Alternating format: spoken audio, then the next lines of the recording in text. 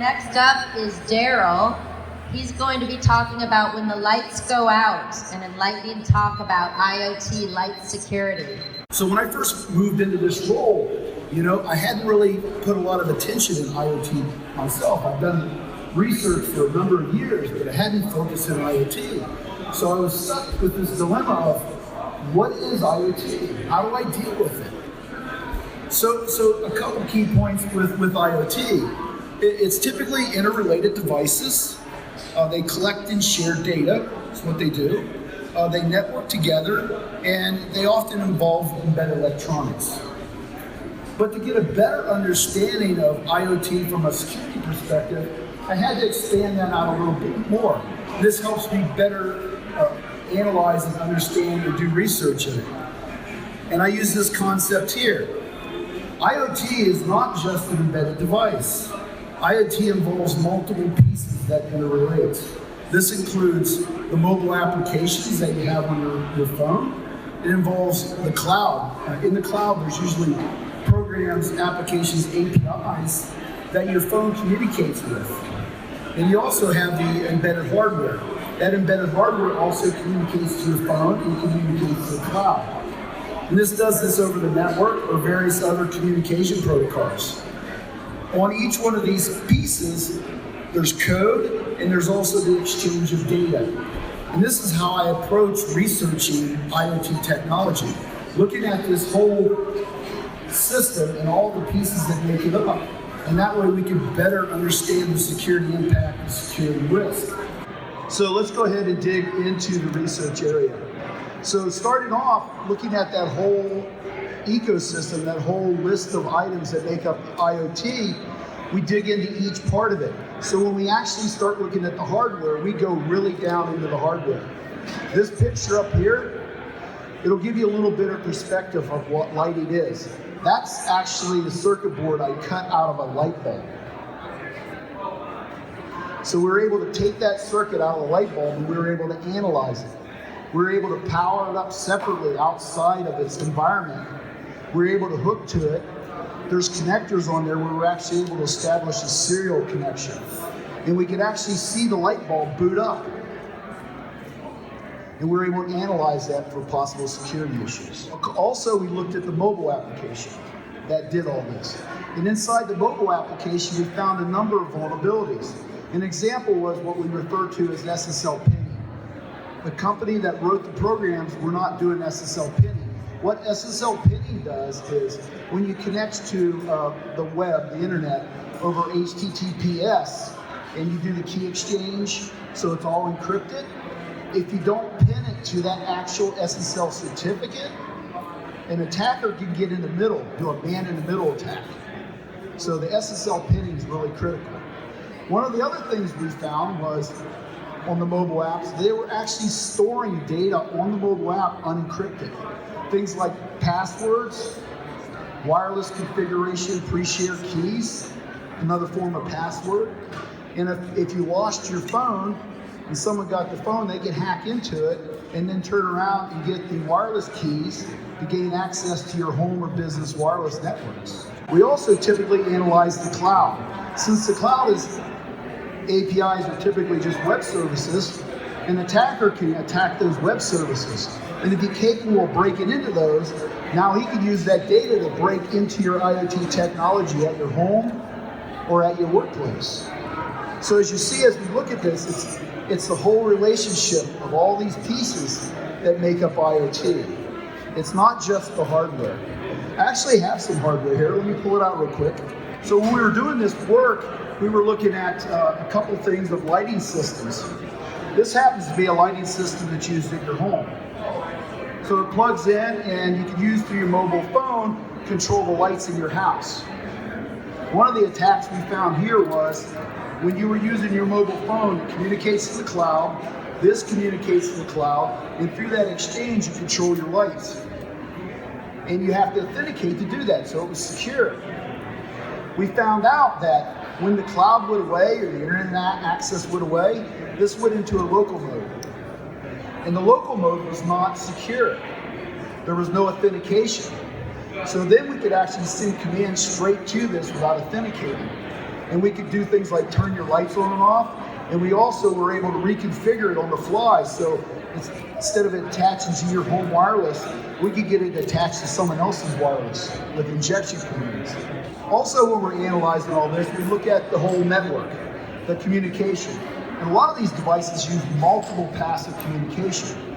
So we're all familiar with Ethernet. So this device, this is the enterprise version of that same thing, same product, but a larger enterprise level version.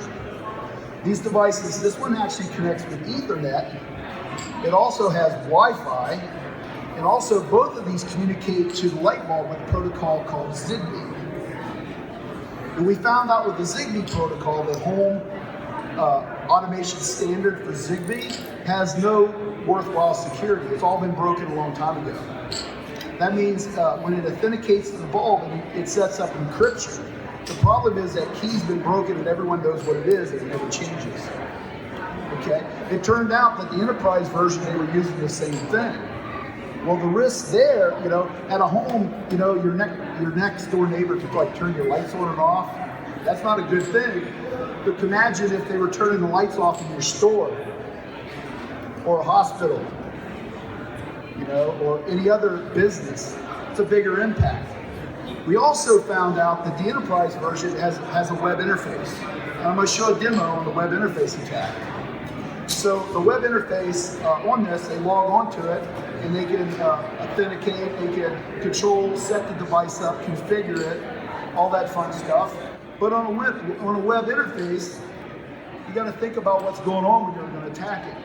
If this is setting in a business and people are logged onto it, they're logging onto it with administrative level access to the device.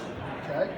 The other thing to remember is more than likely the person doing that has administrative access to their own machine. And a lot of times they also have administrative access or elevated access on the corporate network.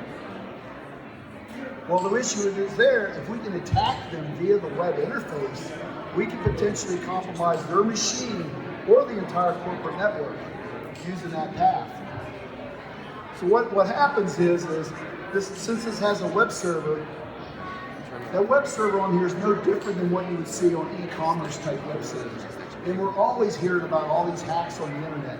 People breaking in and stealing data and compromising these e-commerce servers with things like SQL injection and cross-site scripting attacks. So in this case, we actually found 2 cross-site scripting attacks on this. One of them was on the logon. So when you hit the web page and it asks for a username and password, we found out that you could put HTML code or Java code as the username, and it would get written to the security logs in this box. So when they actually viewed the security logs in their box, it would actually execute the code, giving us the ability to attack them. So we have a fun little example here. It's a little different one. Let me stage it up first. So these devices also interact with your wireless. So when you set one of these up on your network, you plug it into the Ethernet, and you can also connect to it via wireless. The attacker who compromise this box in any way, he could also possibly pivot into your internal network. So that's kind of serious thing to think about. But in the demo here, what we're going to do is, this particular one, we found out that the configuration page for setting up the wireless, everyone knows what an SSID is. It's that name that you give your wireless network that you log into. So when you go on a phone or your computer and you want to connect to your wireless network, you give it a name. It's home. Mine's called Net1. So if you're ever near my house, you can always try breaking into it. Won't bother me. But you give it a name. It's a naming standard. Well, we found out that we could actually name the SSID JavaScript or HTML code in the name. So when it's processed on the machine, bad things can potentially happen. So let's go ahead and stage this up. So this is the lighting management system that you log into. It's the big one up there.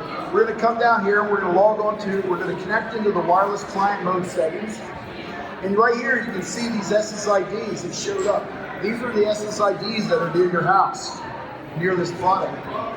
What we're going to do is we're going to fire up what's a soft AP, Airbase NG, and we're going to give it a name.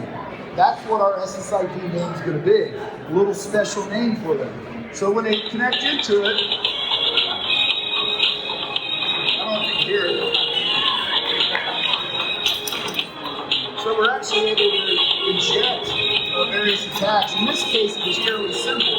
We were able to inject a flash file into their console. But more seriously, there's a lot of things we can inject in there. We could potentially take control of their machine. And in that case, if they're on a corporate network, then we can eventually compromise their corporate network. So a very serious problem. One of the last things before we move forward, we also found out when you're setting up a secure wireless, we set up things like a WPA, WPA2, you give it a big key password to secure your Wi-Fi at your home. Well, we do the same thing with these devices here. The home one has a pre-shared key that's 10 characters long.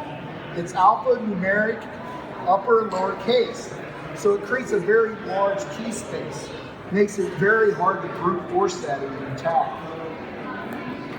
The enterprise version, when they set it up, the key space was only 8 characters long, alpha lowercase, hex, A through F only, 0 through 9, which creates a very small key space, making it impossible for us to actually attack the person authenticated to this box via wireless and cracking their password or the pre-shared key in less than 5 hours.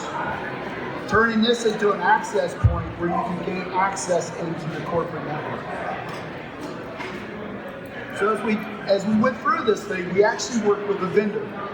One of the biggest things is ethical disclosure. And in this case, I worked closely with this company. Actually friends with them, a number of people there. And we were actually able to help them fix their product. So once all the critical vulnerabilities were fixed, we published the information so that everybody is aware of it. Another good trait I like to point out, when you're dealing with IoT technology, one of the most important things is, we're always going to find vulnerabilities. That's never going away. But what we want to do is we want to have the ability to patch them effectively. These products here, every time you open up your mobile app, it'll actually go out and validate all the firmware code on all the devices and make sure it's up to date. And if it's not, it'll tell you so you can patch it. So when you're purchasing and using IoT technology, you want IoT technology that's going to do that.